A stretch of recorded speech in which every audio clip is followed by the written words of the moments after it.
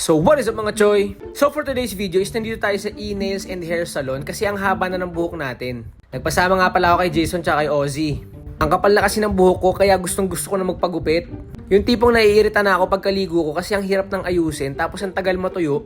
Nung una gusto ko talagang itry na magpabangs para naman maiba yung itsura natin. Pero ang ending, binrush up ko pa rin kasi yun talaga yung bagay. Grabe, sobrang refreshing yung feeling na maiksian na yung buhok mo. Hindi na siya nakakairita na matatamaan yung mata mo, pati yung mukha mo matatakpan. Eto, tignan nyo, pinatry ko talagang ipalagay yung bangs kaso hindi ko talaga nagustuhan. Hindi bagay sa akin. Siguro kasi curly yung buhok ko o wavy. Kaya wala, ending talagang tinaas ko rin yung buhok ko. Pero hindi lang din ako yung nagpagupit, pati si Jason nagpabawas na rin ng buhok. Tignan yung itsura ni Jason, oh, parang Barty C. Tulog yan. Tapos itong bata, sobrang cute, oh, nanonood siya ng TikTok daw. O, diba? Clean look lang, good boy lang. Tapos si Jason, ibo-blower lang din and ito yung final look